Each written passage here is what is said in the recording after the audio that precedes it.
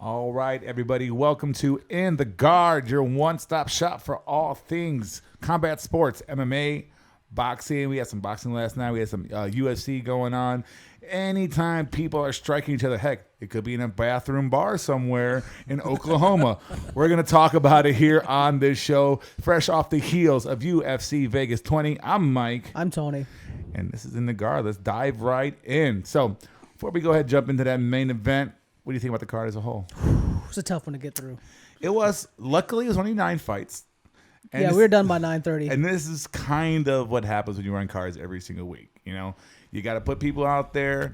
We kind of talked a little bit about it off air. There were some evenly matched fights, and maybe these people were a lot of gun shy. I think there's a gun shy is a good word to use. That's what I was thinking. But I'm going to kind of attribute this to hopefully good matchmaking.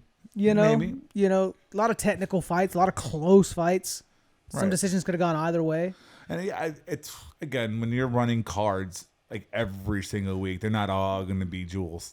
It's just not going to happen. Especially after last week, we were blessed like a great card where from start to finish, everything was awesome. So it's kind of like it's the Tao of MMA. It's not always going to be great. Yeah. We're going to go start off with the main event, right? Ciryl Gane versus Jairzinho Rozenstruik, Biggie Boy, and Bongami. Yeah. I did take 3 years of French. I still can't say that right, but I passed. So again, not the most eventful main event for sure, especially coming off Derek Lewis. But yeah, I think I'm coming off a little bit more impressed with Ciryl Gane than most people are. No, I think people should be impressed with Ciryl Gane. Right. It's like, you and I were talking though, and it's like, although I'm impressed with Ciryl Gane, he did what he should have done. You got Biggie, who has one shot power, right, can put you out. So Ciryl Gane fought the smart part. But I'm like, how much of this is attributed to the lack of just will from Jairzinho Rozenstruik? It's like, well, there's that. So much inaction from him. And how do you weigh? I kind of talked about it earlier in other podcasts. Is Rozenstruik fool's gold? He caught Overeem with that uppercut, split his lip open. But he was losing that whole fight. Yeah. 3 seconds left. Overeem's trying to get to his feet. If the ref did not choose to stop that, Overeem wins that fight. Yeah. And maybe Rozenstruik never gets that Ngannou fight, never gets elevated to the level that he's at. And I think maybe now he's facing these top guys. It's starting to show, he's got that power. He can knock anybody out, but he doesn't have a well-rounded game. Yeah, and I'm not a professional kickboxer. I think between the two of these guys, they have close to 200 kickboxing match. It could have been just like a technical chess match, kind of like similar to Darren Till and Whittaker, right? Or Romero, Adesanya, whatever have you. I forget where was it. One of the commentators, it was on Twitter. I don't know where I picked it up, so if I don't give you credit, I'm sorry. But like Ciryl Gane has a very similar game to an Anthony Joshua. He's not gonna wow you. He's not gonna make you at the edge of your seat with his style. But he's precise, he's technical, he's not going to put himself in bad positions, and he has good defensive striking, really good defensive striker. Yeah, and I think you can't, like I said, I don't think you can blame Ciryl Gane for his performance. He did what he was supposed to do. I think if you're going to blame anybody in this fight, you lay off Ciryl Gane, you blame Rozenstruik. Absolutely. He made this a boring fight. Like there were some moments he could have went for it. Right. He didn't pull the trigger. And for whatever reason. He got a little bit shell-shocked, too, by the movement of Gane. Yeah. Like, big boys, Gane's 6'4", 250-pounder. Yeah. They don't move like that for 5 rounds like he was doing there. So again, it's kind of like seeing a unicorn when you're in that cage with them. And I think Rozenstruik is kind of he has that one punch power, kind of like Derek Lewis the week before.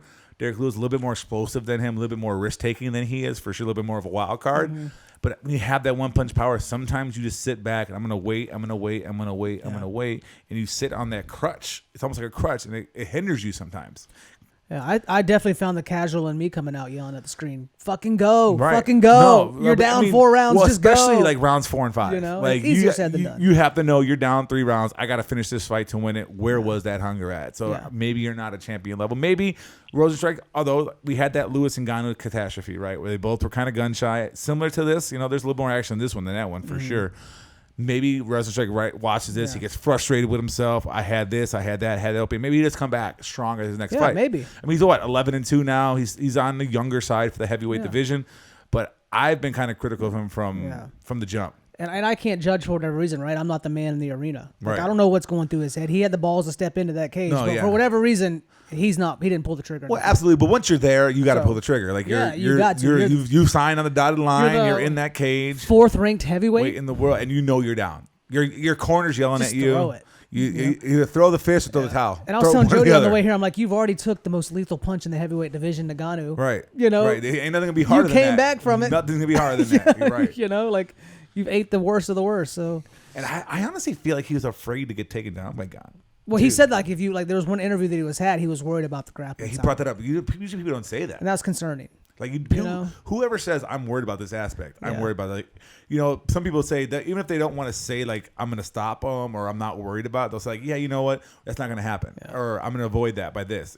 He said no, I'm worried about that, and that kind of was telling. I think something like that could be like a mental game, like. If I tell him I'm afraid of that, maybe he'll shoot, and that'll be my opportunity to counter. You know, I'm afraid of this, so he shoots, and then we have a Derek Lewis situation or something like that. But this is the thing, like you and I were just talking. You know, heavyweight's a different animal, but you're starting to see more well-rounded heavyweights in the mix, like Gone. Well, more athletic too. You know, they're taking takedowns, they're wrestling, they're looking good. I mean, the way Gone moves, Dawkins moves, deceptively moves well for it. Aspinall, even like Bozer at the lighter weight. Bozer can move around. Yeah. Even my big boy King Kong for his size, he moves around like an Aspinall. animal. So there's Espino. Yeah. And like there's a lot of athletic heavyweights coming, and if you're not gonna move with these guys, you will have the Derek Lewis's out there, and Rozenstruik could still knock anybody out. And but, Daddy's coming home.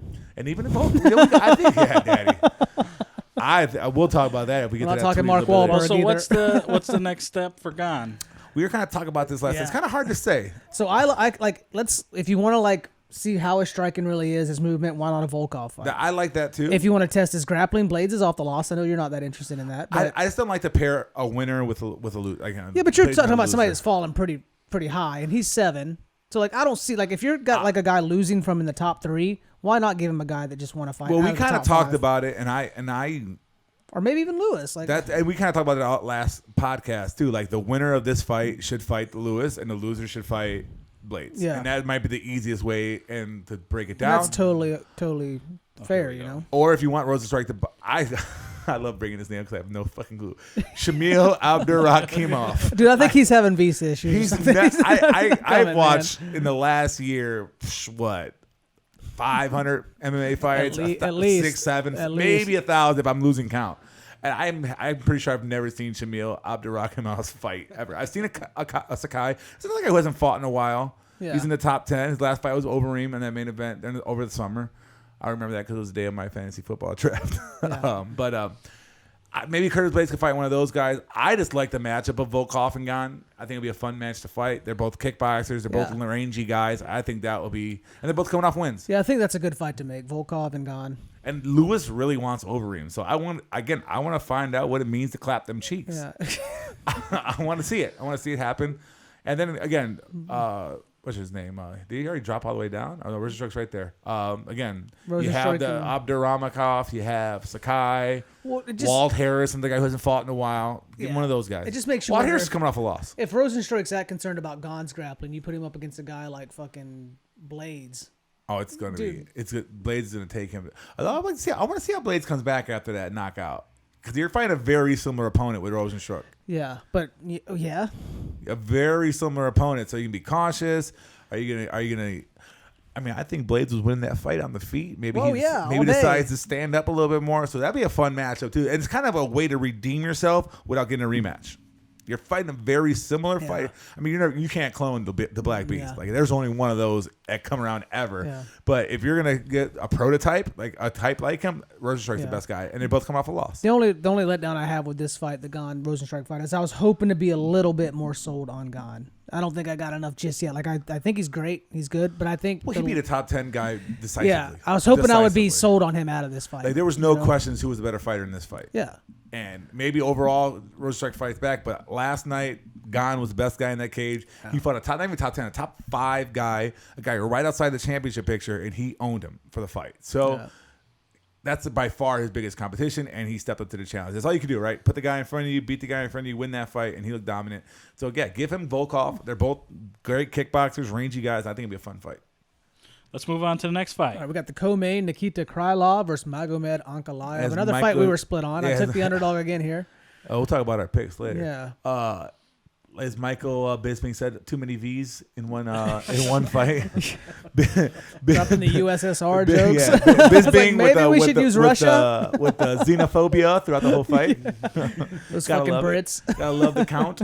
A solid fight. Kind of got what we thought we were gonna get out of it with the grappling match. Two guys. I mean, Krylov's definitely the more dominant grappler, the guy who really leans on his grappling. He's the grittier guy, But Ankalia is fucking Dagestani. You're not gonna win too many matches when you want to grapple a Dagestani. Yeah, and I think this was a good showing from Ankalia. It shows how well-rounded he really is. Right. I think Krylov was surprised by the grappling strength. Like, he had some moments in the first, but Ankalia fought it off and got takedowns of his own in 2 and 3. Right. And just pretty much started to impose his will. So it's good to see that if Ankalia doesn't get that one-shot knockout, he can continue to push the pace. So it's Ankalia and adapt. It's light heavyweight. Yeah, light heavyweight. So as he climbs up here, again, I think the competition really starts to skyrocket a little bit more. Yeah. There's another fighter I really don't know is Misha Shurkinov. Yeah. But he's probably going to be in that 7. Is Ozdemir still fighting? I don't know. I was about to ask the same thing.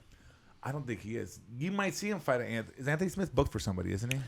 Anthony Smith. He's got to fight. Is it Proshishka? I think that's maybe, yeah. We got Reyes and Rakić. No, Santos and Rakić. Reyes is hurt. Yeah. I think it's Smith and Proshaka. Yeah. I think that's the fight we saw. And Johnny Walker dropped out of the it was the Rakić Santos fight, wasn't it? Right. And I think Santos stepped in. Was it? Or yes. So I think. Or no, Dominick Reyes dropped out of the Rakić fight. Right. So maybe you can pair him with who is Anthony Smith fighting? Is it Yuri? I think it's Yuri. I think he's Prochazka? fighting Yuri Prochazka. We have anything listed on the I don't know. UFC probably isn't going to tell us shit. Yeah, just the You have to go to maybe Tapology or something. I definitely saw like a poster for it though. Jimmy Crute. So then I think Yuri might be the guy to look at. Yeah. Again, the guy who hasn't fought in a while. He just beat Krylov. He's probably going to be that 8, maybe even 7. Ozdemir's last fight, he got finished. And I thought I heard he was done. Yeah. Or he's at least thinking about it. They had said something about him, but I missed what the gist of it was recently. But yeah, I mean, it was not a super exciting fight, but Ankalaev got the job done. Right. And I think if he goes and beats one of those top 6, 7 guys, I think he's right up there for a title shot. That division's wide open. We'll move on to this next one. A little bit of a drama show. Yeah. Montana De La Rosa versus Mayra Buena Silva. Battle of the telenovela stars. Yeah, so I mean, Montana's route to victory was getting the fight to the ground, and her route to victory was defense. Relentless with the takedowns. You got the point taken away from Silva for grabbing the fence, from stopping that takedown, which is legitimate. She definitely held that fence. There was no question on that. But Silva should have won this one. It should not be a draw. Like, you go 9-9 round 1, then 10-9, 10-9, right? That's how it should have went. The damage inflicted was apparent. Yeah, Montana De La Rosa, look it up, everybody. Very similar to Joanna Yevchenchuk. I didn't say that right, but I was close. Big, swollen head, eyes bleeding all over the place. The Silva was killing those clinch elbows and knees, elbows and knees, over and over. Even on the ground, throwing at him. She's vicious. Yeah. And she had her that ninja choke, almost had that finish too. Mm-hmm. I was really, she came. I picked Buena Silva in this fight, but I wasn't like totally sold on her going into it. Even though this came out a draw because of the points deducted, I liked her in that fight. I could see why they were talking about bumping her up to a title picture type because she's vicious. You kind of brought it up last week about the physicality. She definitely has it. Although it's a draw, I think when it comes to matchmaking, she's on the winning side. Yeah, I think when Dana and Shelby and all them, they start looking around, like, she won this fight. Yeah. Well, so do we just run this one back again? No. I think Montana. You drop her down, and I would say whatever you had Bueno Silva going next, put her there. Yeah. Because she won this fight. Go ahead and bump her up. Cool. Let's keep moving. Maybe fight of the night here. I definitely would call this fight of the night. Yeah. I mean, we kind of knew lack of options, but still a great fight. I mean, this was the matchup of two guys who could compete for a title. Yeah, a rematch. And this is probably the only fight on the card where both guys could compete for a title. Yeah. And it didn't let us down at all. Oh, it was a great fight. It's like, Jimmy Rivera's boxing just looks so good. Jimmy Rivera obviously was getting the better of the boxing exchanges. And then Pedro came to the leg Nunes was working that leg. It was a pretty even back and forth fight. And just to hear Rivera in the In the first round, he's like, I don't know what to do with my leg. Well, you saw the way they were pain. icing it down on the corner. They were really getting after it, and I was like, oh man, he's in trouble. And one of the fighters tweeted, oh, it's compromised, but it didn't seem compromised. No, he kept coming, man. He kept forward. I mean, Pedro kept hitting it. He kept hitting him with the boxing. So again, one guy was hitting the strikes with the hands, the feet. It was really close in the total strikes, I believe, overall. It was a very. Munoz edged him. Yeah. And there was the percentages were very close, but it was then the one takedown for me, Rivera. I thought Rivera had the better of this fight, mainly because Munoz's strikes were coming to the legs, yet Rivera was still coming forward. And I feel like if you're really learning an effective leg kick, a guy's not planning in boxing anymore. And he didn't even switch stance or nothing. He was just taking it. I just think it was the variety from Munoz. I think I had it. I don't know how did I score? I think I maybe had it 3 rounds from Munoz actually. I mean, I think he won 30 20. I had it 3 rounds. Is that what he won? Munoz. I think that was the final on the scorecard. But I mean, but it was so much closer than a 30-27 score. Like this is like. But I'm saying you have 3 close 10-9 rounds, and either when it's that close, you think. And again, Munoz is boxing hitting the head. Yeah. And then, Jimmy Rivera's boxing hitting the head, and Munoz is striking. It wasn't the like legs. he didn't like he's okay. So yeah, it was pretty close, but. I would say Rivera's head strikes were more significant. Like he was rocking him with those head strikes, but look at the body. Maybe and his leg kick too. He did that leg kick and took him off his feet. Yeah, I mean Rivera hit with that leg kick and Munoz went off his feet. Rivera's off his feet a few times as well. I mean, it was a great fight. I enjoyed it. The fans won. It was a great fight, and it was tough. Did Rivera win the first one? Yeah, it's 1-1. Let's run this back. Run it back. Why not? Run this one back. This is when I if very Rivera rarely can come will up with say- an answer for those leg kicks, he wins this fight. I think he's just better. Yeah, you can argue. I can argue he won this fight the way just by watching it. The numbers look a little worse, honestly, than I thought when I was watching the fight. I didn't think it was that big of a discrepancy in the strikes, but again, most of those were down to the legs that he was just stepping forward. Yeah. But yeah, great fight. I have no problem watching these guys go at it again. Yeah, why not? Cool. Last fight on the main card. Oh God! First off, before we dive into the, I am very disappointed that they changed Kevin Croom's nickname to Crash. Yeah, it was the hard-hitting hillbilly. Hard-hitting hillbilly. Yeah, and I guess I don't know. UFC didn't want to put that out there or what. I don't know. UFC don't care. I don't know, but for some reason they changed it to Crash. Maybe Kraus like we need to change that shit. I don't know what it was. The best picture. Should have changed that picture. Is what they should. Guys, if you can't afford Colby Covington, here you go. Yeah, or if you order Colby Covington off Wish, this is what you get. Kevin Croom, relentless takedowns, walks through punches. Caceres is a pro, right? Alex Caceres is pretty decent and everywhere in the fight. This was another tough one to score. I had it 29-28. You had it a draw. I had it 28-28. Which I can definitely see your point of view. My argument is that Croom controlled round 1 and 2. He was moving forward. He had takedowns. You actually had Caceres winning round 2, and that's when he had that triangle. That was probably I had Caceres 1 and 3. You know what I'm saying? You had Croom winning round 2. Yeah, I had Croom winning round 2. And he was in that triangle in that round. That might be a better round for Caceres than the round 1 was, in my opinion. Yeah, he let it go, but I mean, Croom was on top fucking pretty much the whole round and throwing some little pity-patty ground and pound. Too, but round 3 was, in my opinion, a 10-8 for Caceres. Yeah, round 1, Caceres did more damage. Like, he had some moments in there. Right, and then Caceres had to strike, and then most of those strikes came in round 3 because Caceres beat the shit out of Kevin Croom in round 3. Dude, he had him out on his feet for the first minute. The fact that Croom didn't go out shows how tough he really is. Because Caceres is beating the shit out of him in that round, and that's the way I scored. I thought this should have been a 28-28 draw, and not the Bueno Silva De La Rosa fight. I actually think Caceres has a little bit more to show. Like I was texting you, I was like, I don't see any of these guys, either of these guys competing in the top 10 of that division. Caceres is a gatekeeper, but Caceres isn't that terrible. Like Croom had one path. That was get it down. Even when he got it down, well, Caceres is on a 4-fight winning streak right now, and he's still not even ranked. Croom just looked. That tells you what UFC thinks about him. Croom just did not like. I was not that impressed. I mean, I remember watching Caceres on the Ultimate Fighter. Yeah, like I remember going back that far. He's a pro. Like he's decent in the grappling game. He's not gonna put himself in bad positions. He's able to avoid. He's really good at avoiding his opponent's strengths. Like when he fought Chase Hooper, he's like, "There's no way in hell this fight's going to the ground. We're gonna stay on our feet. I'm gonna piece you up, and I'm gonna win that fight." So he's comfortable in every area of that fighting. Kroom was like I said, Kroom had his game plan. Kroom did what he wanted to do. Yeah, Caceres was able to navigate. At least, again, even in my opinion, it was a draw. But then the judges said it was 30-26, which is crazy scoring in my opinion. Kroom looks like a hillbilly, man. Like, he looks like he could be the guy like advertising the Bubba teeth. I just think it's just missing. All he's missing is like a T-shirt with cigarettes rolled in the sleeve. Oh I could totally see him in King of the Hill in the alley drinking a beer. He kind of looks like Boomhauer. Yes, kind of does look like him. But he just is relentless. I will watch a Kroom fight no matter what, just because you see him go looks forward. Like a child molester too, though. Look at him. He's like, sorry, Kroom. I can't say no. What's the Landwehr at 135? Can we bump Landwehr 145. They're both 145. Can we get a Kevin Kroom and a Nate Landwehr fight? Or is it 155?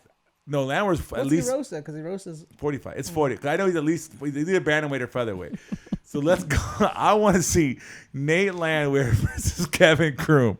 That needs to fucking happen. That's gonna be fireworks, mullets. I mean, why is it the battle of the trailer parks? I feel like. Oh man, it'd be Trailer Wars. It's like West Side Story from the trailer park.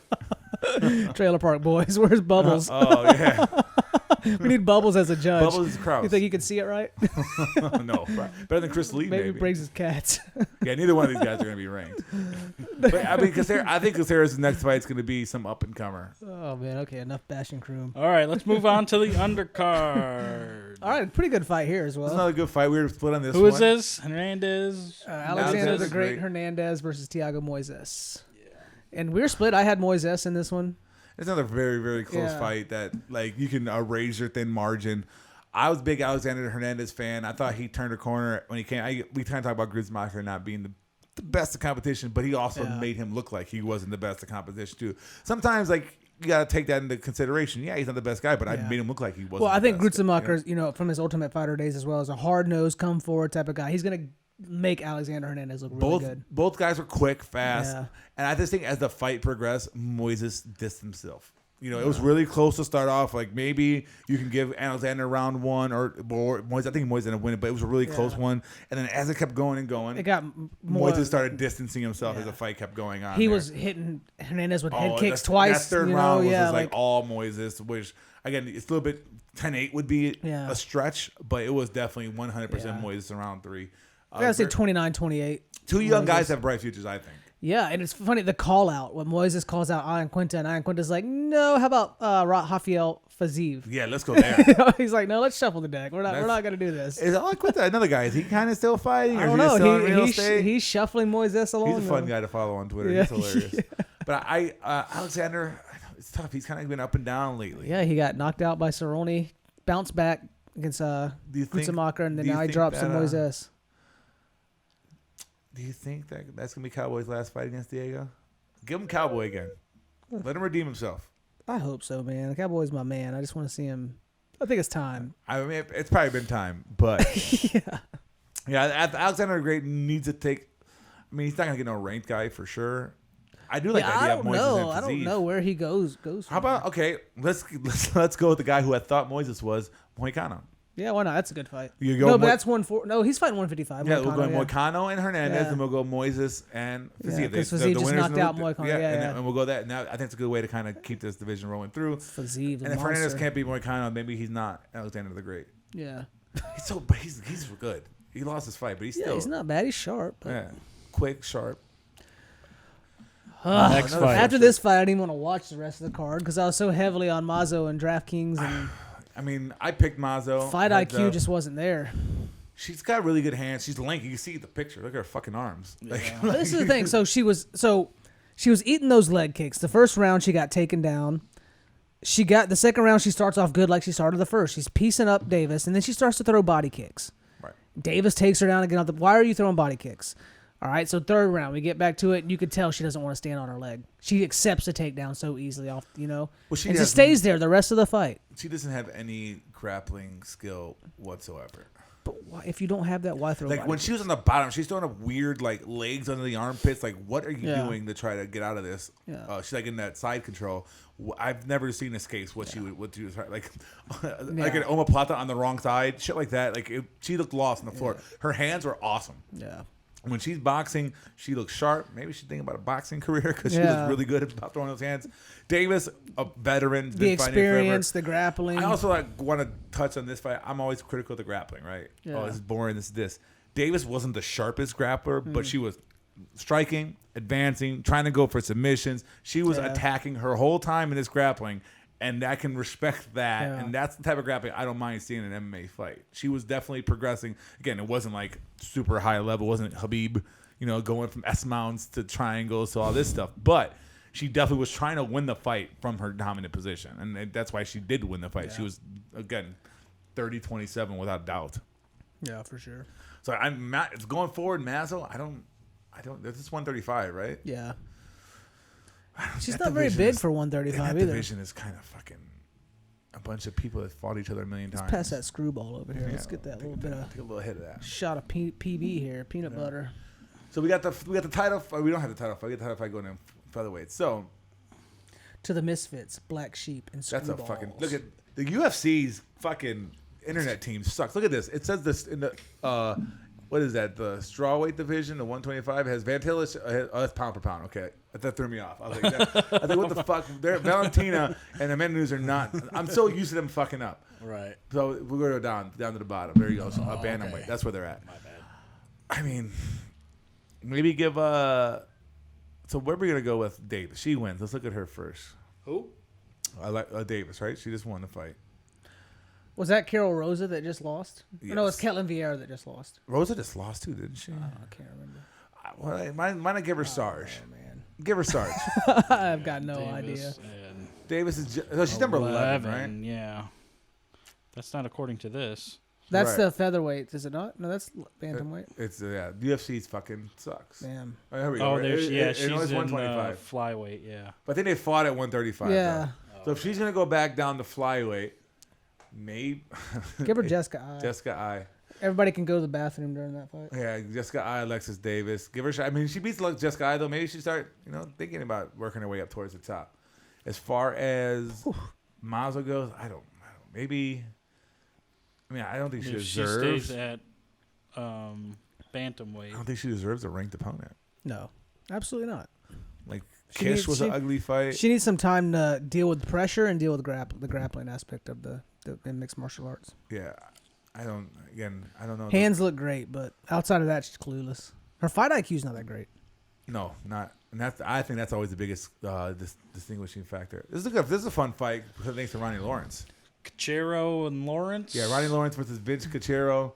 Ronnie Lawrence was he on the Dana White Contender Series, right? Yes, he had a great fight, great showing on there, and Dana was really impressed with him. He's like, this guy's the future, and yeah, he did great. There was moments I was a little worried though, because Cachero looked pretty good on the feet in his spots. But I mean, 102 to 23. Yeah, but Lawrence took him down at will. When he wanted to take him down, he took him down. Well, yeah, Lawrence is definitely the aggressor the whole time. Trying to finish the fight from start to finish. 8 of 9 from takedowns. Yeah, 90% almost. That's some Mirab Dishvili type level with that one. Yeah, he had a lot of chain attempts. He had great Third transitions. Round finish for Lawrence. High score on DraftKings. 108. 120 something. 120 something. Maybe 124. Busted my prop bet. I had Ronnie Lawrence by decision, and with 2 minutes left, he wants to go ahead and finish the damn fight. Yeah, he's putting the beat down. But Ronnie Lawrence looks like a force to be reckoned with. What is this, 135? Yeah, kind of like a Roy Val in a way. That fucking division is so fucking stacked. Yeah. Yeah, I don't know. I don't know much about Cachero. I think Cachero's just kind of a last-second guy. Let's find him, throw him in there. He was on the Contender Series too as well, I think. But he wasn't originally supposed to fight Lawrence, was he? I don't know. That might have been a swap out, but again, he just kind of did not look like he was up to snub for UFC standing, especially at 135. Lawrence looks really good. Very humble guy too, man. Just wants to work hard and get better. Powerful. Sky's the limit for him. Yeah. Did we get a Topuria fight yet? No, not that I know of. That's 145. Is it? Yeah, you wanted to fight at 135. Yeah, but hey, he's winning at 145. Yeah. You know me, I want guys to always drop down. Yeah, maybe Lawrence gets the winner of that Sugar fight. Go Lawrence and Sugar. I think if Sugar wins, they're catapulting him back towards the top. I don't know, man. I don't know. They want him to do. They want him to win. Yeah, but they might want to get pad his record a little bit too. Maybe it's a big jump for Lawrence right off the bat. Is it? Maybe he's not. Aren't you the one that said you're not that sold on Sugar yet? I'm not sold on Sugar, no. There you go. So you already say it's a big jump. It's a big name. But I'm not the UFC either. I'm not. They're looking at money. I'm looking for what's fair, kind of in a way, Well, I'm just looking more like talent and fight style. I don't really care about the money. I don't really care about the title as much, especially for these guys that don't have a ranking anyway. Like the title's not even a thought in their head. Sugar Sean's not ranked. He's not ranked. And I think that'd be a fun fucking fight. Yeah. Or is that Mirab 135? Get Mirab a fight.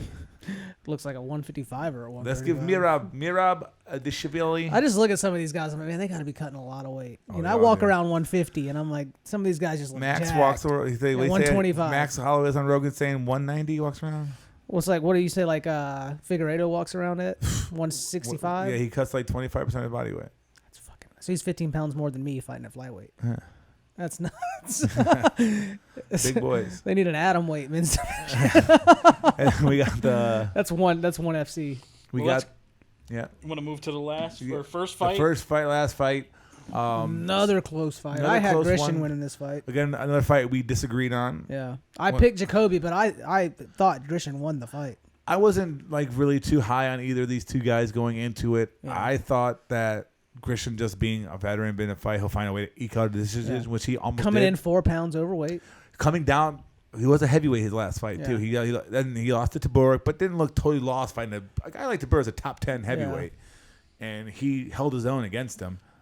I thought maybe he'd just be able to ride out an ugly decision. That's what I really thought was going to happen. Yeah, Jacoby struggled with the size, definitely struggled with the size, the range, getting in, But he worked the leg kicks. He found his spots. I can see why they gave Jacoby the win. But I scored it. Grisham 29-28. First and third, Grisham. Second, Jacoby. I mean, this is kind of like.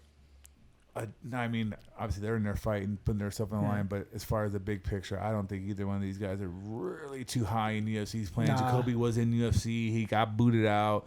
Did a little work in the regional circuit. Came back. I don't think he. Well, he spent 3 years kickboxing. Right. Yeah. But he got kicked out. Not kicked out, but basically, got knocked out of the UFC. Came back. Grisham, 40 fights into his career already. He is what he is. He's a good, solid pro for sure. He's a tough guy.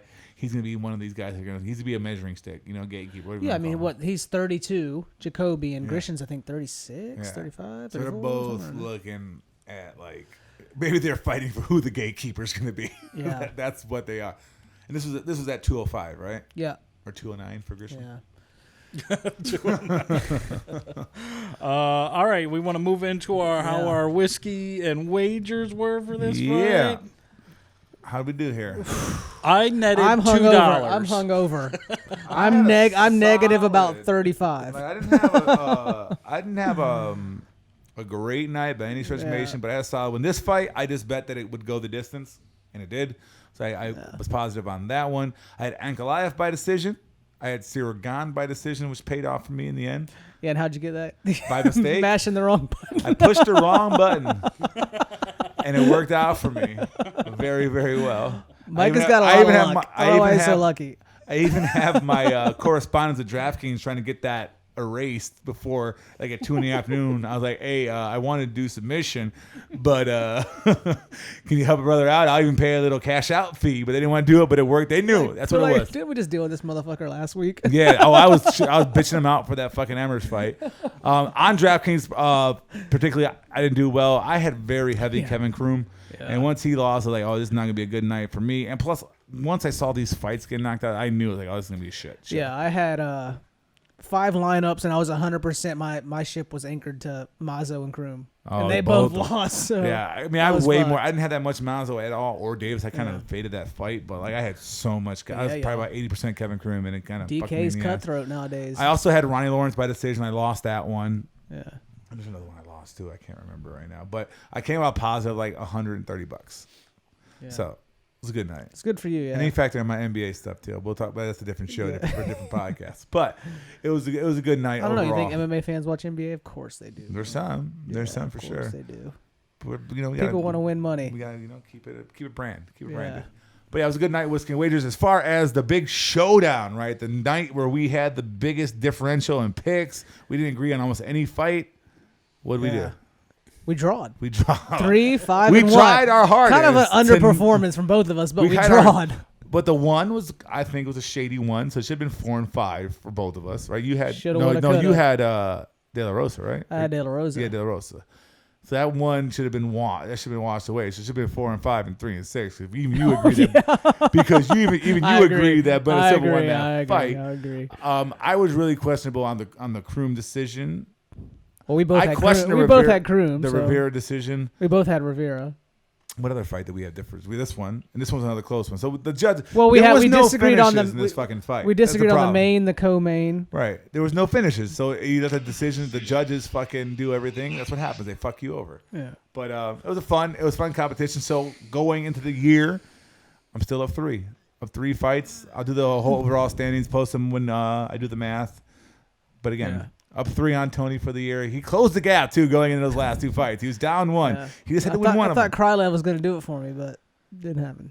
I thought you had a better shot with Rosenstruck. And I thought Rosenstruck was going to do it. But I just did not see Krylov win that fight. Again, if I thought maybe get him down arm triangle. If I said Dagestani, I'm picking him. Yeah.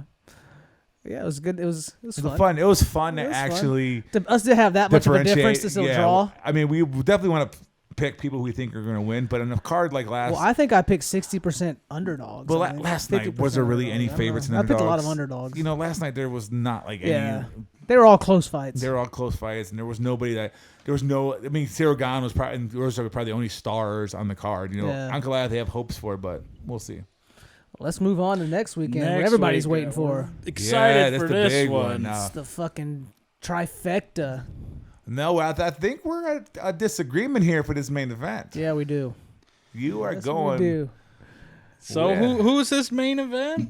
The best. Jan Blachowicz versus Israel Adesanya. In my opinion, the pound for pound best in the sport. And the story here is going to be the power and the size of Jan, right? But he's bigger than him? He's bigger taller. He's taller, rangier. He's 30 pounds there is a picture. lighter. He's got a 2-inch reach advantage. There's a picture. He's not going to go in 30 pounds lighter. Right. He's not going to weigh in at 185. There's a picture on there where Aleksandar Gustafsson is fighting Jan Blachowicz. Yeah. And Izzy's taller than Gustafsson. And look at the size difference in Gustafsson. Well, Jan used to fight at middleweight. There's a picture of Gustafsson and Blehoech fighting. Yeah. Gustafsson is towering over this guy. Well, how tall is he? 6'6"? Gustafsson? How tall is he? 6'4" also. Is he? Yeah. I don't know. All those stats aside, I think Izzy's going to struggle with the size. He's got bigger reach. And there's something like I've been following a lot of Izzy on our Instagram, and he's doing a lot of training at Atos with Andre Galvao. A lot of jiu-jitsu training. So something has me having a feeling. Yeah, he's got his purple belt. Something has me having that feeling that their camp thinks that Jan's going to grapple, and Jan's got submission wins on his record. Yeah, but it's catching a neck and choke, and he's not like a fucking guy that's going to. But if he gets that fight to the ground, Jan's a guy that I'm going to knock it down and then choke you when you're down. I think you're going to have to watch Jan out of the clinch. Like if they're breaking and they're separating, not going to be able to clinch him. That left hook, if he backs him up. Jan Blachowicz is going to get his hands on Izzy Adesanya? You think he's going to be able to grab him? Yes. How? They're in that smaller cage. It doesn't matter. I think I'm going with Jan here. You're out of your mind. I think Jan. If Jan makes it to round 3, somebody's gonna be eating a fucking fire gummy here. I'll eat that. That wasn't shit. Oh, yeah. 6 minutes. I saw a new challenge where they eat the pickled shark meat in fucking Sweden or whatever. Yeah. Dude, it looks rough. I used to be Swedish. It looks rough. But no, I just don't think Jan stands a chance. You saw what Izzy versus Paulo Costa. That's what you're going to see again. I don't know. You're talking about a Jan's next naturally level a bigger boy. Paulo's a PED juiced up. No, come on. Paulo walks around bigger than Jan. Yeah, but I'm saying, it's not a natural Jan's a bigger guy just naturally, on his own. I don't think so. And I think that's gonna matter, bone structure and all that stuff too. Paulo Costa looks like the Incredible Hulk. Yeah, but he's juiced. That doesn't increase your bone density and shit. It increases your muscle mass. Yeah, that's what I'm saying. He's not just taking some anabolics. He's taking all kinds of shit that will increase your bone density. I don't know, man. I'm gonna go with Jan. I don't think Jan stands a chance. I think if Izzy wins, he wins the decision. No, Izzy's gonna knock him out in the first 3 rounds. I don't know, man. Maybe. In the first, and Jan's gonna look like he's never had an MMA fight before. That is the you guys heard it here first. That is the level that Izzy is. You're just you don't understand the level of striker that Israel Adesanya is. He's fought heavyweights and knocked them out. The size is not going to be a problem. He's going to be faster. He's going to be quicker. Like he says, he's been knocked out himself in kickboxing against heavyweights, against big boys. Jan's a big boy. Jan is not a heavyweight by no stretch of the imagination. Jan caught Dominic Reyes and he caught Corey Anderson. He can catch Izzy. No, you're not going to catch Izzy Adesanya. He's definitely not going to catch Izzy. He's not going to win a decision on him. He's going to try to. If he tries to attack Izzy, it's going to be a counter strike. It's going to be over. I don't know. I'm kind of with Tony on this one, man. Go with it. Go on the losing side. I will say that Style Bender has surprised me time and time again. Yeah, he's the best fighter in the world. I just have a feeling he's going to send that clip to John Jones and see what he has to say. I just think he'll piece up John Jones too. No way. I think John Jones has not fought anybody on the level of Israel Adesanya. Nobody. He's beaten DC. He's beaten. But there is a different. DC would struggle with Israel Adesanya because you can't grab what you can't catch.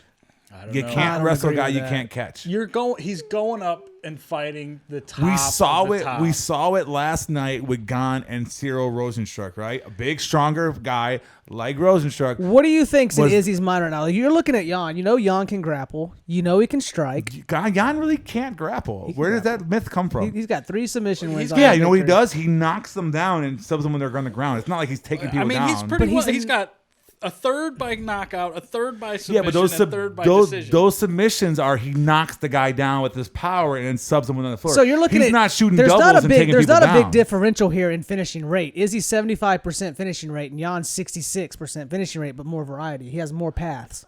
Yeah. Izzy's not subbing Jan. But it's not. It's technically a submission, but he's knocking the person down. It's not like he's shooting a double leg takedown and grappling his guy off the cage and he's doing. So you're thinking this is going to be like an Anderson Silva-esque performance. I think it's Anderson Silva, Forrest Griffin, all over again, right here. I don't see that. Here, that's what you're going to see. I don't think Izzy's Anderson's prime. He's better level. than Anderson was in his prime. Yes. He pieced Anderson up. What are you talking about? Yeah, Anderson's like 40-something years old. No, he wasn't 40 at that time. He wasn't 40 at that time. Anderson's over the hill already, man. That was Weidman beat him twice. That fight happened like what, 4 years ago? 4 or 5 years ago? That wasn't like this recently. I don't know. I think people are overlooking Jan.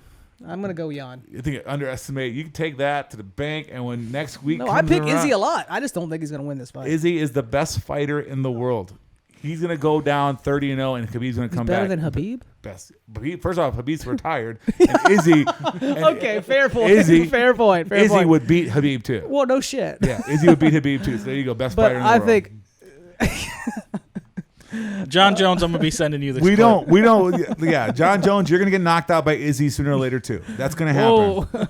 That's going to happen. I don't see that happening. Right. But I think we all agree Megan's going to win this fight, right? I'm putting some money on Megan. How can you not at the odds? Oh, the odds are, it's worth $10. So are you picking plus Megan? $750? No, hell no. The line doesn't be Amanda Nunes back-to-back knockouts to close out the night between Izzy and the whole and narrative that I think it's actually Megan, is it not? But Megan's size is going to give Nunes problems. I just don't see it happening.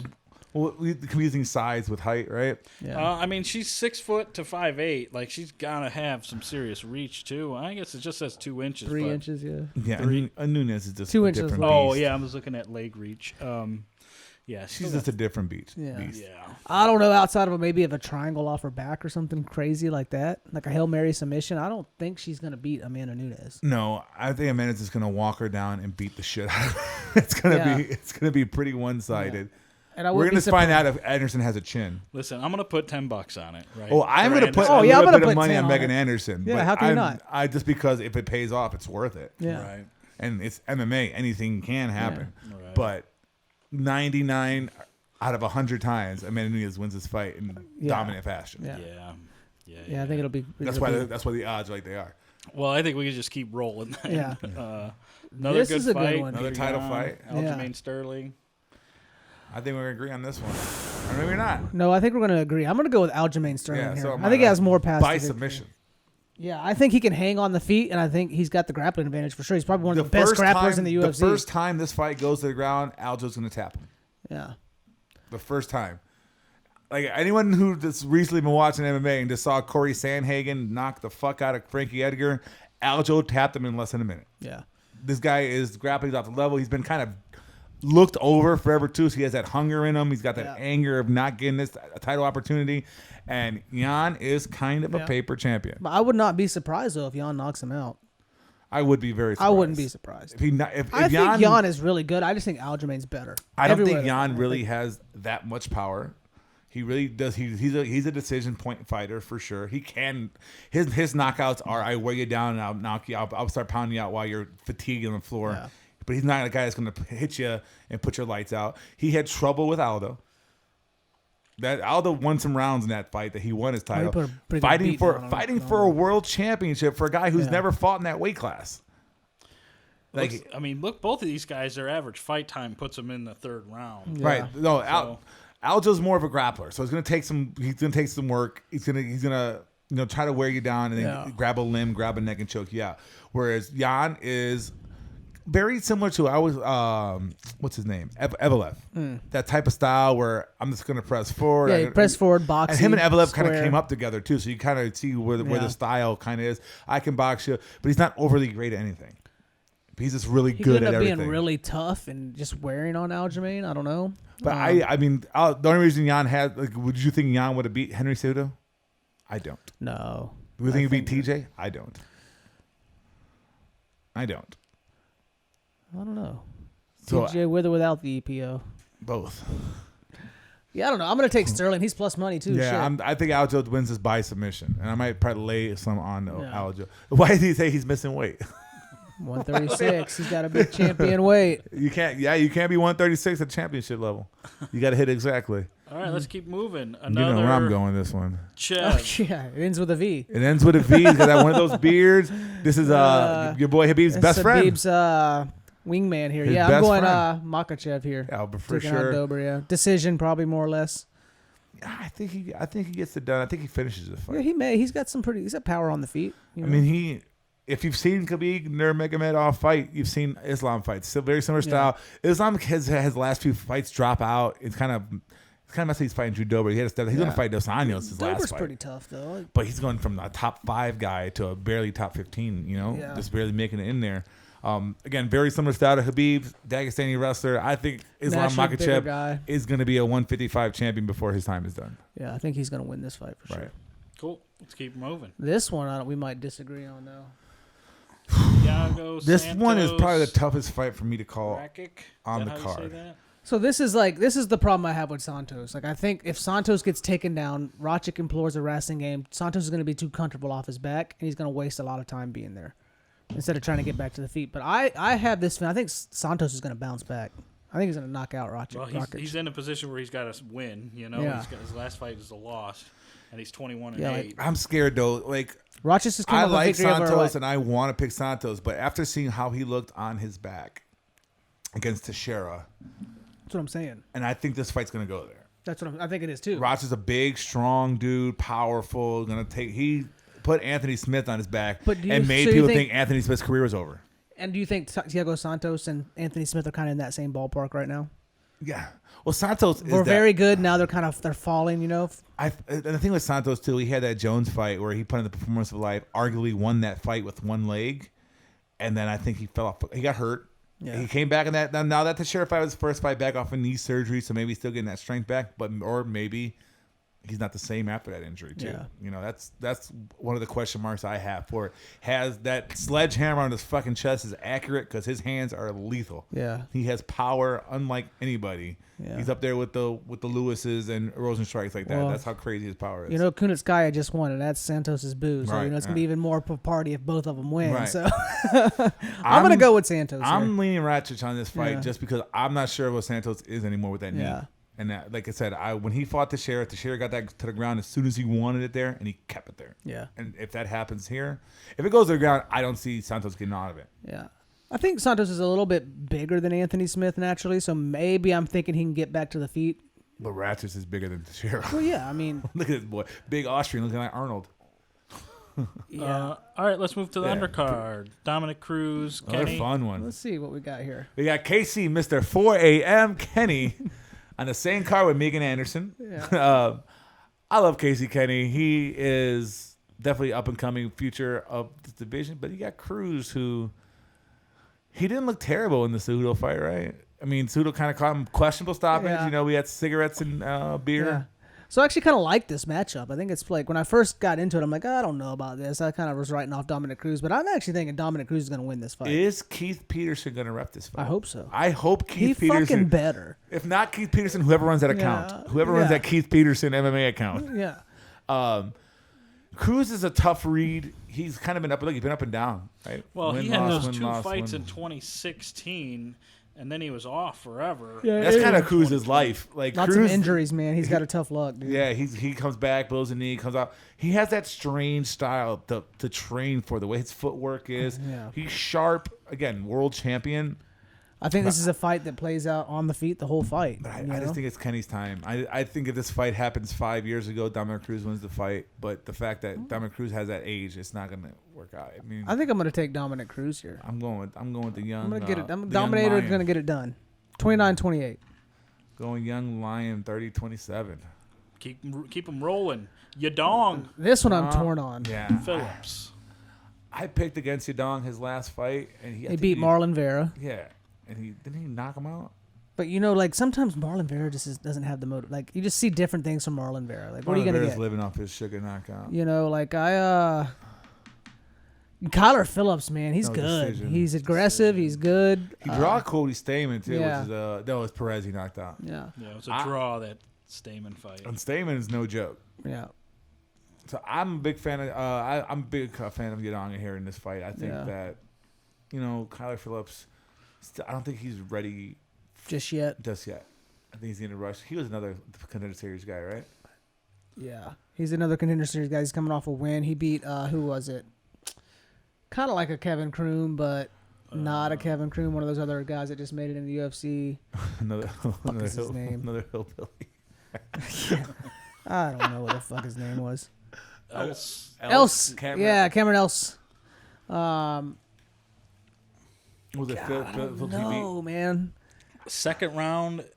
I kind of want to take Phillips here, but in the second Yadong round is more battle ready, more battle tested. He has been there with better fighters. I think I'm going to take, I'm going Song Yadong in this one, too. I want Kyler Phillips, but I think Song Yadong is going to win. Just a sharper fighter. Yeah. I like Kyler Phillips' style, though. Who you going here? Benavidez and Askarov. How do you pronounce that? Askarov. I'm going Askarov. I'm going Askarov, too. I think Benavidez is done, dude. Biggie took his soul. I don't want to, yeah. Deiveson Figueiredo took his soul, not just in that fight where he finished him and won the title, the one beforehand, where the headbutt lost that he thought he clung to, where Figgy missed weight so he couldn't win the title. And he called the headbutt. Called headbutt. So said it was cheap and dirty. It was a cheap and dirty win. And then they came back and fought again, and Figgy beat the shit out of him worse. Yeah. Like, I don't know what that does to a guy's psyche, to a mental. We'll find out a lot about Joe Benavidez' future, what he has left here.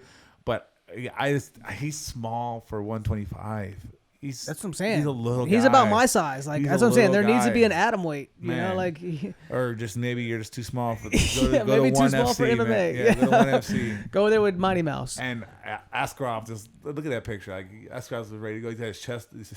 He's chesting up. So you guys got cutting 40 and 50 pounds, man. It's like Benavidez ain't walking around at no 165. Yeah, and I think Benavidez had his moment. He had his shot, and I think it's time for him to slide down. Yeah, the card. I think Askarov wins this fight. Again, Hungry Lion's coming. I think Benavidez has some moments in this fight, but I think Askarov's gonna win. We'll see what that chin's like. Maybe Benavidez snatches up a neck. Maybe. You never know, man. I mean, it's MMA. You never know any of it. But the Benavidez is known for those guillotines. It's Team Alpha male shit. There's a lot of ways to lose a fight. Yeah, I'm gonna go Askarov here. I'm going Askarov too. We're in agreement here. He's the favorite, -134. That's actually closer than I thought. Wow, that's a close line. Yeah. I'd bet him on that one. 134. I'd take that. Yeah. All right. And is there another? Oh, there's a couple more fights here. Two more fights. Bontorin and Kaya Kara-France. Kaya Kara-France is definitely not 0-0. I've seen him fight. He's got one loss to Roy Val. We do know. Val. Nah, Kaya Kara-France has been around for a bit. He's a good fight. He's a good fighter. Trains with Izzy and those guys. He's from the whole city kickboxing, the Izzy, Adesanya's, the Hookers, him, Volkanovski. So he's in there with world-class competition every single day of his life. I don't know much about this other guy, but... Bitcoin? I mean, Bontorin? Bitcoin. Rogero Bitcoin's surging right now, so I'm going to go with Bontorin. Fuck it. It's funny. I love that they're both number 8. UFC. The UFC's webpage is fucking piece of shit. I'm going Kai Kara-France. I believe his last fight was Roy Val, wasn't it? Royval snatched up his neck. Yeah. He's favorite to win, -148. That's a close line, too. Bontorin is +120. Cachero France, I think he's going to bounce back. He's probably had that fucking Royval loss in his head for about 6 months now? Yeah. By the time it comes around. And I think he pulls it off. He gets the win by this. I think he's going to get the decision. He lost to Moreno. Fuck it, I'll go with Bontorin. Yeah, I mean, he's been in there with some fucking dogs. Look at that. Paivia, De La Rosa. Yeah, he's fought some of the best in that division. Royval. He's fought Moreno. He's fought the beast of the division. Let's see what Bontorin's got to offer. I'm going to pick him. Ooh. I gotta close this 3-lead gap. You only got to win by 1 week. It's a lot of fucking cards, okay, man. There's a lot of cards. The dogs have been barking, man, since COVID. So Susan and Lemos, I really don't know fucking shit about either one. They don't even have. I don't know either. Can we just skip this one? Which one do you want? And I'll take the other one.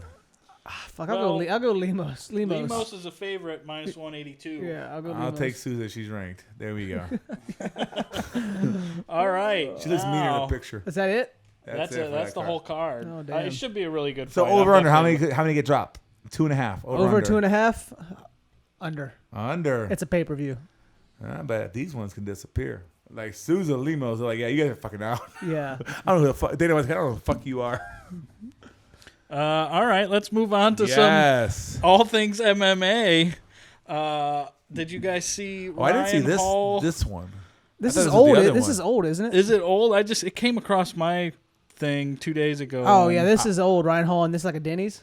Hey, look, everyone has a plan that they've been hit. Yeah. Right. Fight and then he's just kind of on top of him the whole time. Yeah. Ryan Hall is a jiu-jitsu maestro. Yeah. Ridiculous grappler. Actually fought our sensei.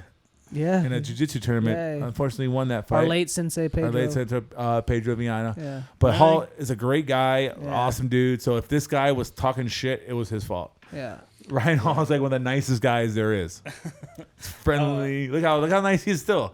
Look how calm he is at the end of this whole thing. Still being nice to the guy. It's kind of like the Matt Serra one where Matt Serra held down the drunk guy. Yeah, he is. Yeah, I remember that one too. Yeah. Let's keep going. This goes to a lesson. Like nowadays, a lot of people are fucking training. And if you don't know MMA fighters, just anybody that trains like an MMA or jiu-jitsu or Muay Thai. A lot of normal, nerdy-looking dudes. Trust me, I train jiu-jitsu, and there's a lot of guys that walk through that fucking door.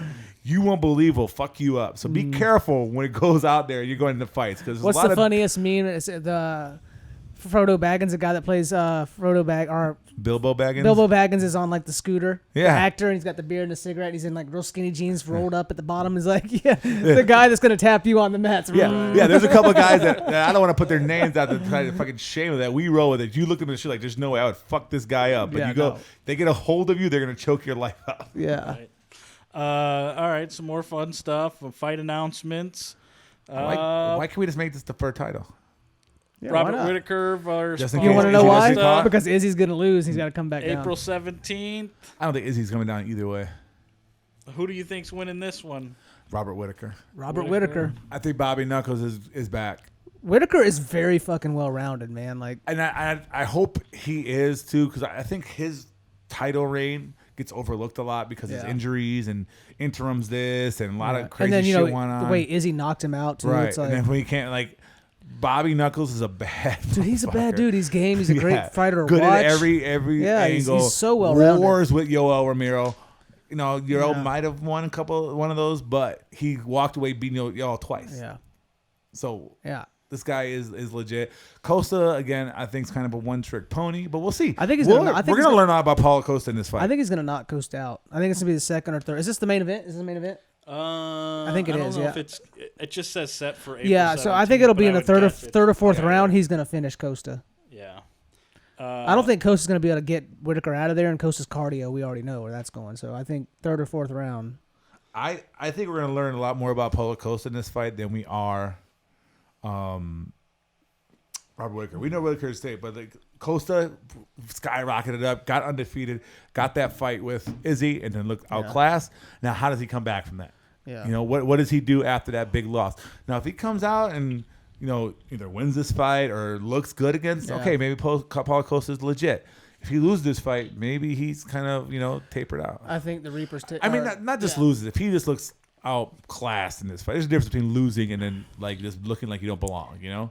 So we're gonna learn about Paulo Costa because Whittaker is one of the best middleweights. I think the Reaper takes another soul. Maybe you set up a Costa Gastelum fight or something like that. I'd like to see Whittaker Izzy again, but yeah. All right, let's keep. You might when Blachowicz knocks him out. I think it's more likely Whittaker beats Izzy than Jan beats Izzy. So this fight. This is what I was looking forward to. This fight's been making the rounds. Oh, in the bar, in the fucking the bathroom. The Oklahoma University wide receivers. Sounds like Mike Perry fucking filming the video. He's calling a rear naked choke a guillotine. Yeah, he's like, oh, in the boots, guillotine. Dude ain't playing. So Spencer Jones, wide receiver from Oklahoma, decided to talk shit. Looks like he already busted this guy's nose. The guy's got a bloody nose that he's talking to. Little does he know, this guy's been training for 10 years in MMA. Right. So this is what happens. Like I was trying to tell you about Ryan Hall. Yeah. This guy's had enough. Takes him straight down the hip, the body lock. Once it's there, it's game over. And this guy has no idea how to fight a grapple because that's not even that good of an over-under. He's got the back control, hooks in. The hooks go right in, ground and pound. Again, not even that good control on the top guy. And you know they're fucking grappling and piss all over the floor. You ever been in that was like the whole thing. I love the guy that scoots out and high and gets away with that. Let me get out here. Excuse me. If you ever need a fresh urinal cake for a shower at home, bar. If you notice, he's trying to go to a collar choke here. Almost like a bow and arrow. He's almost trying to do a bow and arrow right there. Yeah. And that was the worst, I think. That fucking head and neck against the wall. There he goes, transitions to mount. And then this ground and pound. Now, he broke Spencer Jones' orbital, spent hours in surgery, and Spencer Jones wants to try to sue him and press charges. Yeah, I heard about that. When he started this whole fight. That's what happens when you write checks, your ass can't cash, right? Again, you're out, you're having fun, or you're drunk, or just in general. But you know, like we've been there, we've been that age. We want to fight everybody. I did. But it's a different world. I didn't see this. He started a GoFundMe campaign to pay for his legal expenses and get his orbital fixed. And this is for any one of you people out there that thought LeBron James had a chance against Colby Covington. This is what would have happened much, much worse if they ever crossed paths. Listen, I don't know. He got $61,000. So who's got the medical fees? The guy who got taken down. So the wide receiver. Yeah. No. Isn't that what it was? No, the attorney fee is the guy who won. That's the guy who won the fight. Yeah, he's paying for his attorney fees, That's right? just for attorney fees. The guy's name is Spencer. Oh, but he says, I'm also facing a surgery from an injury I received while defending myself. Yeah, so this is the guy Walker is the guy who won the fight. Who beat the shot. Spencer Davis, is it the receiver got his ass beat? He's suing Walker. That's why he said, help me with attorney fees. Okay. Spencer, what is it? Yeah. Spencer Jones. Spencer Jones. That's the guy who got his ass beat. Right. Okay. Yeah. Oklahoma. How did it start though? Like, did the guy hit? You kind of come in mid of the fucking argument. It's like, at what point can you just walk away? Well, right? I think that fucking somebody hit either him or the other guy in that jean coat hit the dude with a bloody nose. Right. Who is Walker Brown, right? Yeah, because Spencer Jones goes, just get the fuck out of here. That's how the video starts. Yeah. And this guy's like this, and he kind of pushes him. He's like, you know what, fuck this. And then we see what happens. So there was some scuffling before that, and Jones tried to say he was playing peacekeeper. Well, you see him right there. The one guy's got a bloody nose, and he's saying, get the fuck out of here. That's not very peacekeeper. And he pushes him. Yeah. Right. So you got your original ass assault and battery not on video, says Brown's statement back to what is not shown in the original assault and battery suffered by Mr. Brown at the hands of Mr. Jones and his friends shortly before the captured footage. As you can see, my client's nose and clothes were bloodied prior to the beginning of the video. Mr. Brown was legally justified in defending himself in this matter. As a result, Mr. Brown received several injuries, including a torn bicep, which will require surgery. Will not make any further comments. So how long before Walker Brown's on Dana White Contender Series? My question to you two guys, I mean, you guys are, trained jiu-jitsu. Yeah. You're in a situation and you can't run away from it. Are you like knocking out or are you trying to like choke out? Well, we've had this conversation before. If I am backed in a corner and I cannot leave the situation, I'm forced to fight, I'm throwing the first punch. I'm not letting somebody throw a punch at me. Right. Yeah.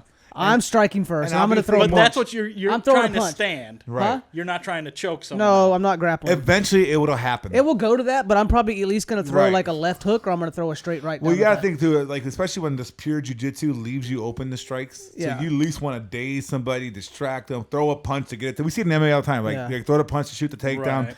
every fight eventually is going to turn into a grappling match. We And see it, even boxers. The best boxers in the world want to grab each other at some point. Right. So that's when our jiu-jitsu training will come into play, and we use that. But my initial is going to be to punch somebody in the face. And you don't know like how many friends does he have? How many friends do you have? have? So if you put somebody in a rear naked choke and you're holding him out, and I'm his not trying to get pounding kicked your in the face with face. stomps and shit like that. So, but I'm going to throw my hands first. Right. Yeah, I have my jiu-jitsu to fall back on. But and when it does turn into a grappling match, that's when I'll use it. Yeah. It's going to happen. If you get in any kind of street fight, it's going to end up grappling. Bruce Lee, what do you say? He's like, there's nothing better than the art of surprise. Right.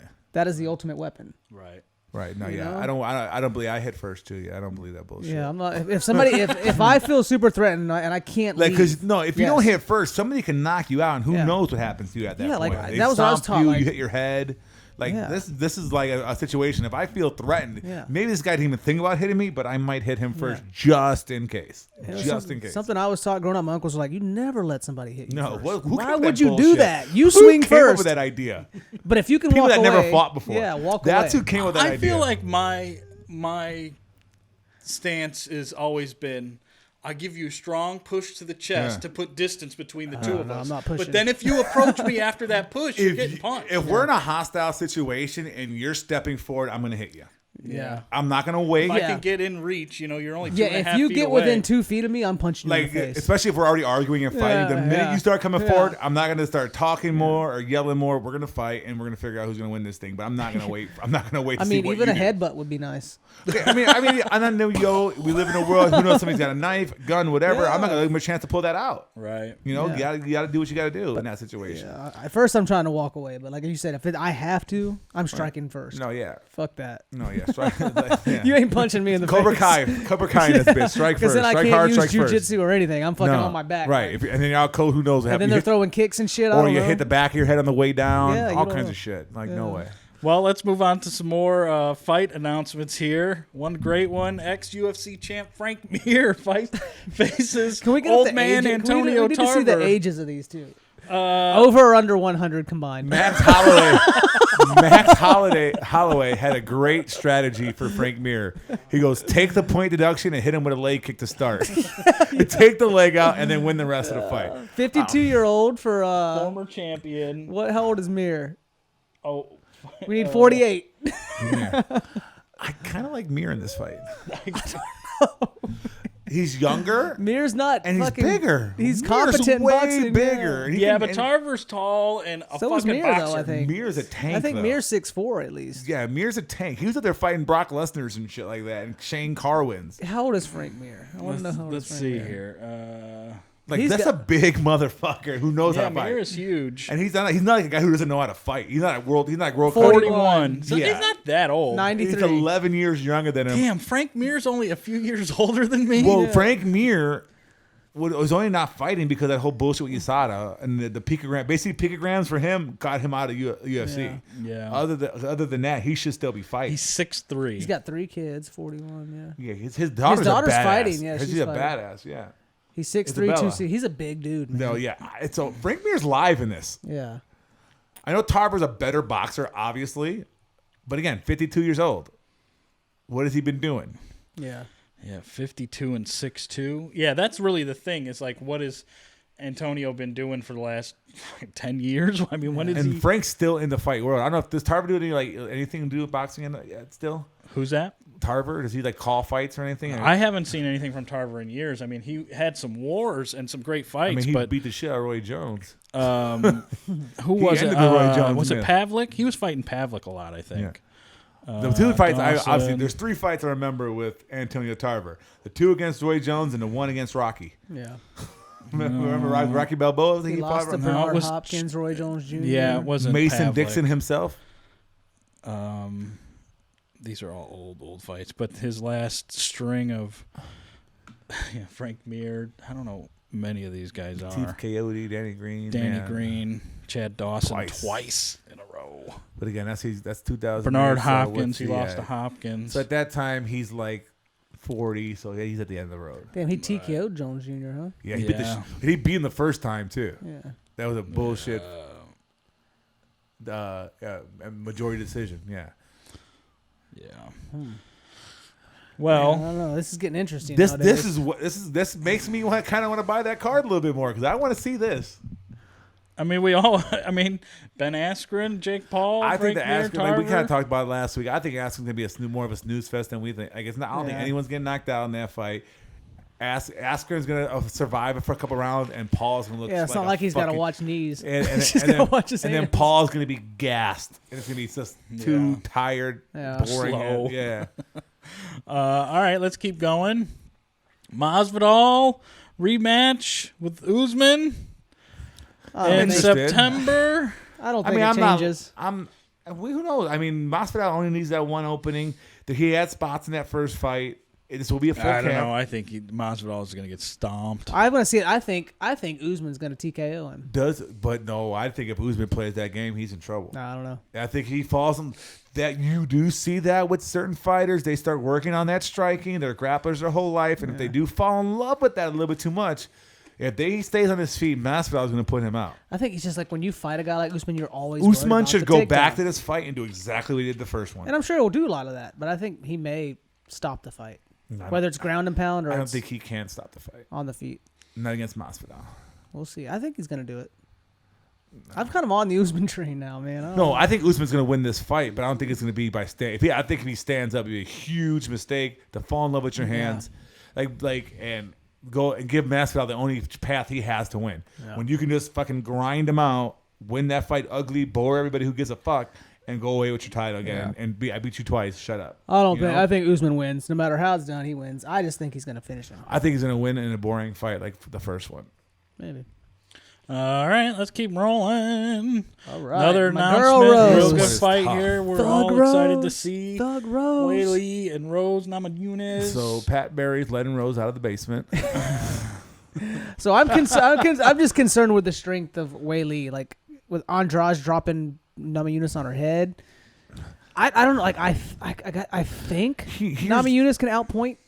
She definitely can because she beat Joanna twice. Yeah, I think she can win this. Like, judging by their fight, Joanna and Whaley are a draw, right? They're the same thing. So I'm going with Rose. I'm going with Rose as well. Like, that's what I'm going to. Rose is my girl. I think Rose wins by decision. Yeah. Well, and also, I don't know if you saw here. It says earlier this week it was revealed that Valentina Shevchenko will be defending her flyweight title against Jessica Andrade. I'm going in the same event. Yeah. I'm going with the dog in that one. So I think Valentina. Talk about that. We'll talk about crazy calls. I think Valentina's going to look the best she's ever looked. I'm going to go the total opposite way of Mike. I think it's going to be style points on Andrade. I think Andrade is going to the way that Namajunas pretty much can handle Andrade, other than getting dropped on her head. I think Valentina's going to times that by 5. I think you're going to see Andrade's body lock Shevchenko and pick her up and slam her on her fucking head just like she did to Rose Namajunas, and she's going to be a powerhouse on her. I don't think so. Like we saw her vulnerability to grappling against Jennifer Maia, and Andrade is way more physical than Maia. And there's something going on with, and then she had surgery after that. What? Didn't she have surgery before that fight? Well, Shevchenko on her knee before it. But no, I think Shevchenko is gonna make. I'm calling it now. That should be the biggest upset of 2021. Jessica Andrade is gonna shock the world. No, it's not, dude, because Jan's going to knock fucking Izzy out. Okay, let's say that does happen. Andrade beating Shevchenko would still be a bigger shock. Would still be a bigger upset. Yeah. It would still be a way big. It would still be a bigger upset. I'll maybe give you that, yeah. No, so if she wins that fight, it's going to be the biggest upset I think of the year. Shevchenko's going to style on the only thing that could beat that is if Megan Anderson beats Nunes. That would be the only bigger upset of the year. Because there's going to be other mismatches like that. And you can only get those type of mismatches in women's fights. Yeah. Right. All right. What else we got going on here? Matt Brown, Dan Hardy. I miss Dan. I like Dan Hardy. I love his podcast and YouTube channel. I love his YouTube channel. He's great listen. I miss him fighting. He's an energetic guy in there. I'll never forget when he fought GSP in that arm bar that he wouldn't tap out to, and GSP let go because he didn't want to break his arm. Yeah. And then how he was a split second low on the left hook with Condit. Yeah. God, throwing the same punch. And that same GSP fight, I remember during his intro when Bruce Buffer's going, and he's sitting there like dancing with Bruce Buffer. Dan Hardy's a fun dude to watch fight, so if he wants to come back. Yeah, and it was sad when he was just totally bummed from his heart condition. He couldn't fight anymore. But apparently it's kind of like not real. Like he's gotten tests since then, and technology it's better, medicine is better. Can you imagine that? Like you set out on the sidelines because of that, and now they're like, I mean, it's could have been fighting this man. whole time, It's technology. What a bummer, man. You get more tests now, more readings, more stuff they can find out. This will be a fun fight. I got it. lean towards Matt Brown. If this yeah, happens. I think Matt Brown's more well-rounded. And just because I think it's just more about like activity. Frequency. Yeah, like Hardy's been out of the cage. I mean, he has been training. Hardy never stopped training though. That's a tough fight to come back because Brown's going to grapple. Yeah. Yeah. This probably will be Hardy's last fight, though. That's a different factor too. What a Court McGee or something? I think Court McGee would be a good fight for him. I mean, why not? Matt Brown's not going to fight any title fights. Why not? This type of fights that Matt Brown should be having. You know, I'd just be happy to see Dan Hardy get back in the cage because like. He's been talking about it. He was on when last time he was on Rogan. He was all about I'm gonna get back in there, just waiting for the right opponent. So I just hope he has the hair for the red mohawk. Yeah, he's got to bring the red mohawk. His hair, how's it look right? Is it I short? I don't know. That's what I'm saying. I'm hoping it's kind of shorter, but I'm hoping he can throw up the red mohawk. That was what he used to run out with. That Cobra Kai shit right there, Hawk. And he's only 38. You would think he's like in his 40s. I mean, obviously he fought GSP, you know. Yeah. Before title shot. It'd be a fun one, though. It'd be a real fun one. Well, I think that's about it, unless there's anything. I mean, we could talk about that Canelo. Yeah, I don't know fight. much about that. What the fuck that? I didn't even know he was fighting. I mean, there's the only person I see worth fighting Canelo right now is another Triple G fight. Outside of that, I just don't see. I think much Triple G's a little old. No, Triple G won that first fight that they called a draw. I saw that one too. I believe that one too. I thought the second one was a draw. I can maybe see the edge to Canelo, but I think the cards were way off. But he's already got his next fight booked, right? It's another title unification fight. I think I already saw that. They kind of about right. Canelo's just playing belt collector now. Go around grabbing all these weights. I think it's awesome that he's going up in weight classes though, taking he's pushing himself. He's got no other choice. Right? It's pretty cool. That fight was a joke. Could we get a Floyd? Floyd will never do it. A Floyd rematch. I think he beats Floyd. No, yeah, that's why I don't think Floyd will ever do it. He won't do it again. But it'd be nice to see. It'd be a fun fight to watch. Well, how old is Floyd now? He's in his 40s. Yeah, but Floyd is fucking doesn't stop training. Maybe Pacquiao or something. He doesn't drink. Like that, he doesn't party. He doesn't do it. Floyd trains nonstop. What do we think is going to happen with McGregor? Do we think he's going to come back? He's going to fight Poirier. You think so? Poirier talked about it in Rogan. Yeah. Well, he talked about that in Nate Diaz. Yeah, but he pretty much said I'm fighting Conor hopefully in May or June. I mean, all they had to go was like, do you want to make more millions? Right. Yeah. More? And it might not be for the title, so you might get your wish, Tony. Yeah, I don't think it should be for the title. I don't think so either. I mean, I don't mind seeing him fight. I just don't think it Poirier should be for the said he title. didn't think it should be for the title either. I don't think it should. I don't think Conor deserves that. I mean, Poirier does, though. A couple losses? Like, come on. No. Why doesn't Poirier deserve it, though? Poirier does deserve the shot. Exactly. But I don't think. But I think this is what this coming down to. Is like, do you want? But I guarantee if Poirier loses money, or the title here's what my argument: if Poirier loses that fight, he's not going to get a title opportunity again. Yeah. So that fight should be for the title. Rich shit. That fight should be for the title. Either way, he's going to be rich. I guess at the end it doesn't fucking matter. It's not that big of a deal. But and if Conor doesn't deserve that title, somebody will come take it from him. Yeah. But yeah, Poirier's based on that. He said Diaz at welterweight. He's going to go to fight because he's bummed that the Diaz fight. I'd rather see that. Like I'd rather see Poirier and Diaz. I mean, I think Poirier wins that fight it's too. Fresh. But I would love watching. Diaz fight. I think Poirier is on another level right now. Yeah, I think Poirier beats Nate Diaz. I think Poirier beats Nate Diaz pretty handily. Yeah. Pretty handily. I think Nate Diaz should just fight Jake Paul. That's what I want to see. I'd love to. That's what I want to fucking see. I'd love to see that. I want to see him beat the shit out of Jake Paul. All right, guys. Well, that'll wrap up this episode of In the Guard. Like, subscribe. We need reviews on our iTunes channel, so that will help get us better promoted. And we'll see you also, next week. this week's a pay-per-view, so we're going to do our live stream on Twitch, the card before the card. You guys get to watch me beat Mike's ass again. He beat me last. he beat me 3-2 when we played the Don't UFC. even own a video game console over here. What is it, 250? I'm a natural. What was the last one, 258? Button masher. What's the 259 coming up? I don't remember what it was. But whatever the last card, the Marquez card. Yeah, the last pay-per-view card. Tony beat me 3-2. We played the card. We're gonna play the main card out on Twitch at In the Guard on 5. I'll post it on social media an hour before the preliminary start. We're gonna go ahead and run the card our style. We're gonna fight it out on UFC 4 on Xbox. So hey, and we're not too far off. Like you watch that, you see who wins. Maybe play some money on those predictions. I think we kind of played it out. The only thing we got wrong was Barber. The Barber. Yeah, we only got one wrong. Yeah. So it turned out pretty well. Yeah. Awesome, I couldn't guys. fight for shit with Grasso, so. Yeah. Check us out on Saturday on Twitch, and then we'll be posting next podcast reactions to the fight next week. Thanks so much. Peace out. All right, y'all. Take it easy.